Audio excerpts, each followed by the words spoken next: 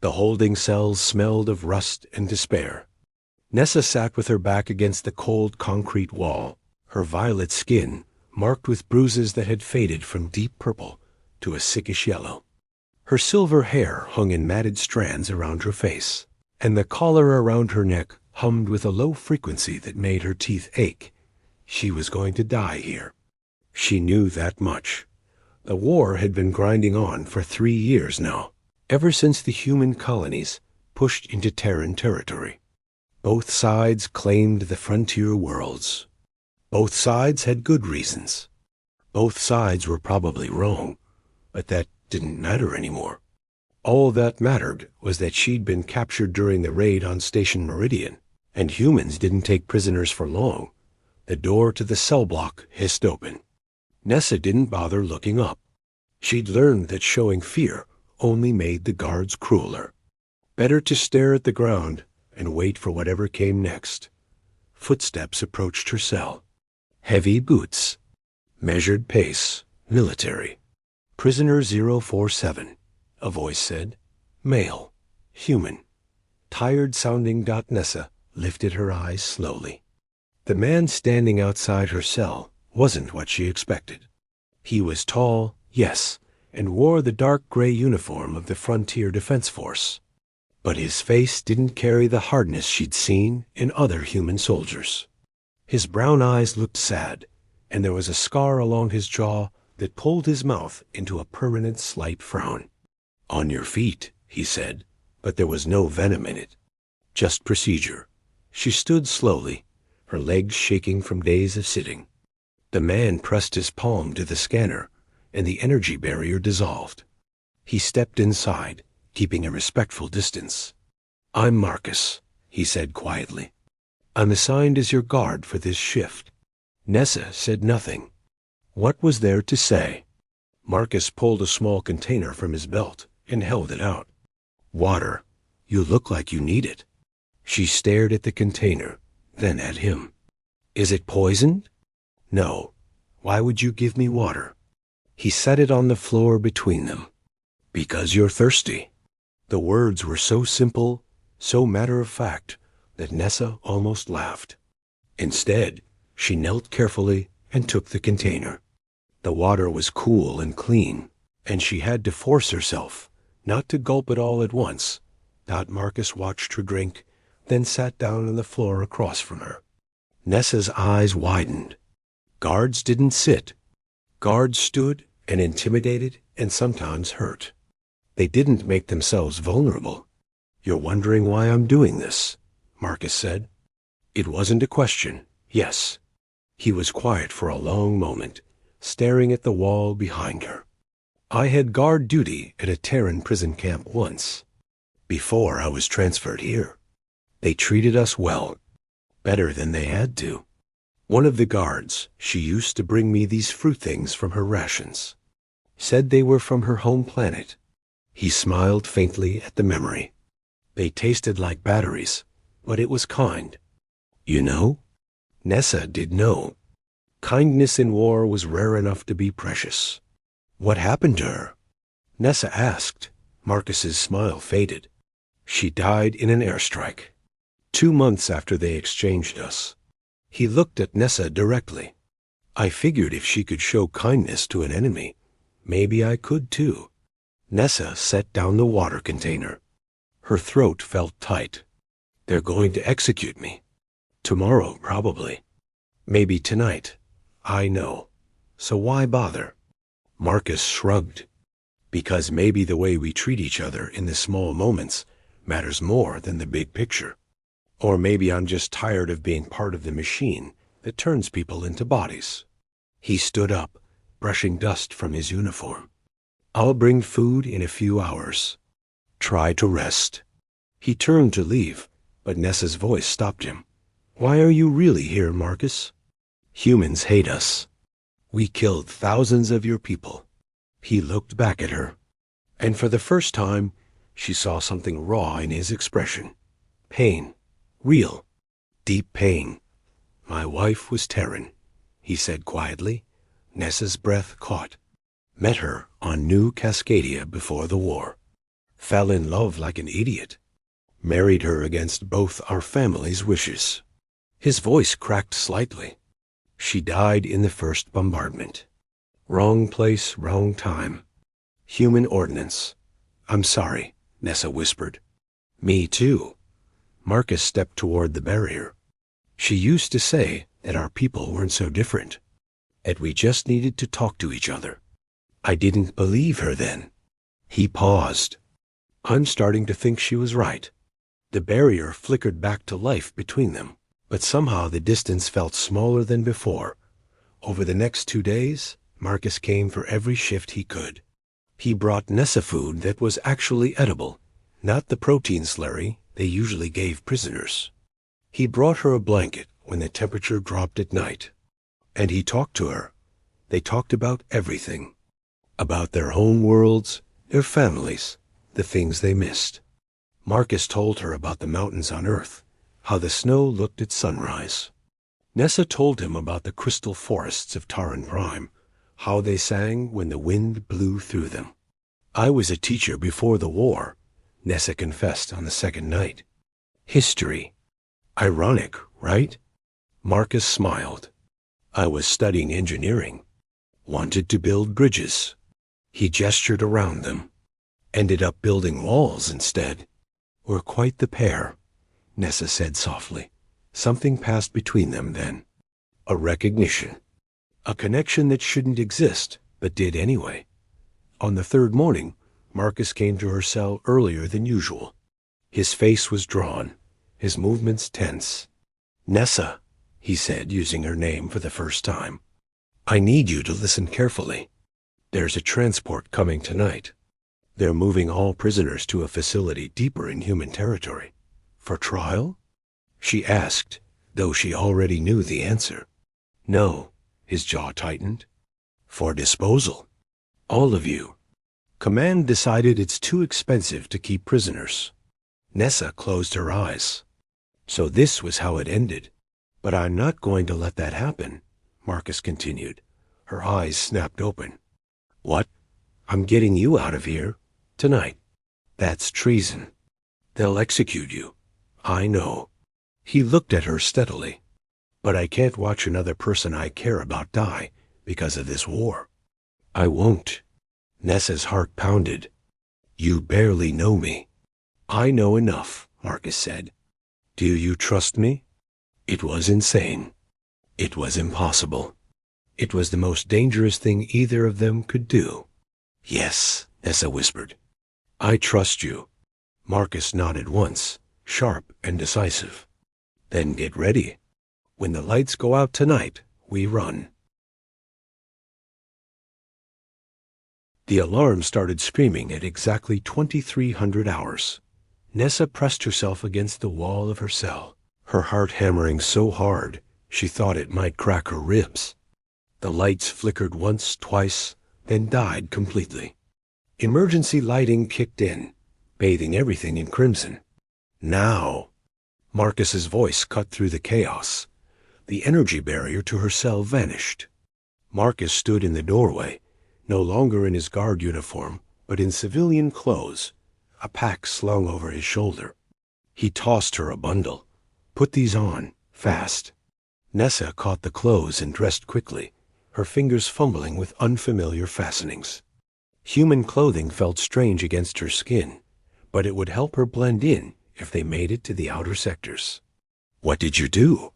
She asked as she pulled on the jacket. Cut the power to this whole section. We've got maybe 4 minutes before backup generators kick in. He grabbed her hand. Stay close to me. They ran through corridors filled with confusion. Other guards were scrambling, shouting orders, trying to secure the other prisoners. None of them looked twice at Marcus and the figure running beside him. In the chaos and the red light, Nessa could pass for human if no one looked too closely. They burst through a service exit into the cold night air. The compound sprawled before them, surrounded by high walls topped with sensor arrays. Beyond that lay the industrial sector, a maze of abandoned factories and toxic waste zones that neither side wanted badly enough to fully control. The wall, Nessa gasped. How do we— Maintenance tunnel. Marcus pulled her toward a cluster of waste processors. Behind them, the alarm changed pitch. Someone had discovered her cell was empty. They dropped into a drainage channel, the water barely trickling. Marcus led her through the darkness with confidence, counting his steps until they reached a grate. He pulled out a small torch and began working on the bolts. You planned this, Nessa said, watching him work. For 2 days. Ever since I heard about the transport order. The first bolt came free. I couldn't get clearance to access the execution records, but I pulled the maintenance logs. This tunnel hasn't been inspected in 6 months. You're risking your life for me. Marcus paused, looking at her in the dim light. Yes. Why? He went back to working on the bolts. Ask me again when we're not being hunted. The grate came free. They crawled through into a larger tunnel that smelled of chemicals and rot. Nessa's eyes, better suited to low light than human vision, picked out the path ahead. She took the lead, guiding Marcus through the darkness. Behind them, searchlights began sweeping the compound. Dogs barked. Engines roared to life. They're mobilizing fast, Marcus muttered. How long until they track us? With thermal scanners? 10 minutes if we're lucky. They emerged from the tunnel system into the industrial zone. Massive structures loomed around them, skeletal and dead. This had been a processing facility once, back when the colony was new. Now it was a graveyard of rust and broken dreams. Marcus led them deeper into the maze. His knowledge of the terrain was impressive, and Nessa realized he'd been studying this route, preparing for this moment. There's a transport depot 3 kilometers from here, he explained as they climbed over a collapsed conveyor system. Abandoned, but some of the vehicles might still work. If we can get one running, a spotlight cut through the darkness, pinning them against a metal wall. Freeze. The voice came through a loudspeaker, amplified and harsh. This is Frontier Security. Prisoner 047 and accomplice. You are ordered to surrender immediately. Marcus grabbed Nessa's hand. Run. They bolted into the shadows as the spotlight tracked them. Gunfire erupted, bullets sparking off metal. Nessa felt one graze her shoulder, hot and sharp, but she didn't stop. They dove through a gap in a fence and kept running. The industrial zone became a blur. They ran through flooded basements, across catwalks that swayed dangerously, past machinery that groaned like dying animals. The sound of pursuit never faded. Vehicles, more dogs. The methodical sweep of a professional manhunt. There. Marcus pointed to a building ahead, its entrance partially collapsed, but still accessible. We can lose them in there. They scrambled inside. The building had once been a chemical processing plant. Now it was a maze of pipes, tanks, and walkways at different levels.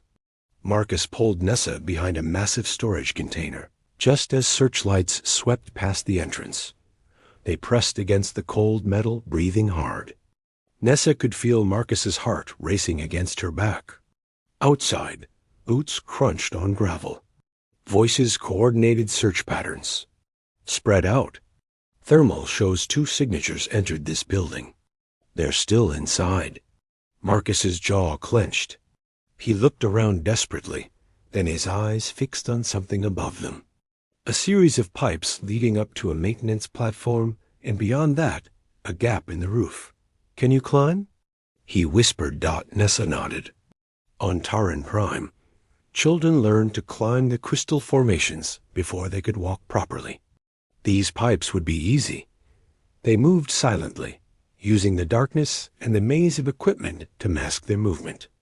Nessa went first, her hands finding purchase easily. Marcus followed, less graceful but determined. Behind them, the searchlights grew closer. They reached the platform just as a soldier entered the space below. Nessa froze, watching him sweep his rifle in a slow arc. The red laser sight painted patterns on the walls. Marcus's hand found hers, Squeeze gently. Trust me, the gesture said. The soldier moved on, and they continued upward, through the gap in the roof, out into the night air. From here, they could see the entire industrial zone spread below them, and beyond it, the wasteland. That's where we're going, Marcus said, pointing to the dark expanse.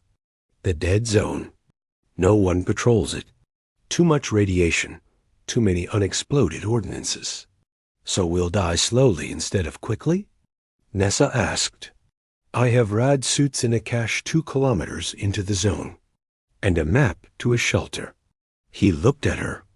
I told you, I've been planning this. They descended the far side of the building and ran for the perimeter. The wasteland loomed before them, a vast emptiness where nothing grew and nothing lived.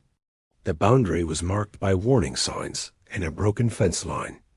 They crossed into the dead zone just as the moon broke through the clouds. Behind them, the sound of pursuit faded. No one would follow them here. Not willingly. The ground crunched beneath their feet, a mixture of ash and crystallized chemicals. The air smelled wrong, metallic and bitter. Nessa's skin began to itch within minutes. Here, Marcus said, kneeling beside what looked like a pile of debris. He dug quickly, pulling out 2 packages wrapped in protective material. Radiation suits, old military issue, but still functional. They helped each other into the suits, sealing the connections carefully. Through the helmet, Marcus's voice came tinny and distant. You okay? I've been better, Nessa admitted. But I'm alive. Thanks to you. They walked deeper into the wasteland, following a path that Marcus seemed to have memorized. The landscape was alien even to Nessa, who had traveled across multiple worlds. Here, nothing existed but desolation. After an hour, they reached the shelter, a buried bunker from the early days of colonization. Marcus worked the entry mechanism, and the hatch groaned open. They descended into darkness. Inside, Marcus activated a battery-powered lamp. The shelter was small but functional. Emergency supplies lined the walls. There was water, food, medical equipment. Everything needed to survive. They removed their helmets, and Nessa saw Marcus properly for the first time since the escape. His face was streaked with sweat and grime. There was blood on his collar, not his own, she realized, but from where he'd fought a guard during their escape. You killed someone, she said quietly. For me. Marcus sat heavily on a supply crate. His hands were shaking. I didn't want to, but he wouldn't let us pass. I had no choice. Nessa knelt in front of him, taking his trembling hands in hers. You gave up everything. Your career, your safety, your home. Why? Marcus looked at her, and in his eyes, she saw something that made her breath catch. Something she hadn't expected, hadn't dared to hope for. Because somewhere between bringing you water and learning your favorite color, I fell in love with you, he said simply. And I couldn't let you die knowing I'd done nothing to save you. Nessa's throat tightened. That's insane. We've known each other for 3 days. I know. This will never work. They'll hunt us forever. I know. We might die out here. Marcus smiled, sad and beautiful. I know. But I'd rather die free with you and live as part of a machine that destroys people like us. Nessa leaned forward and kissed him. It was gentle and desperate all at once. A connection forged in chaos and impossibility. When they pulled apart, both of them were crying. My favorite color is silver, she whispered, like starlight on water. Mine's green, Marcus said, like your eyes when you smile. They held each other in the darkness of the bunker while above them. The wasteland stretched endlessly under an indifferent sky. Somewhere behind them, the world they'd known continued its war. But here, in this moment, they had found something worth more than victory. They had found each other.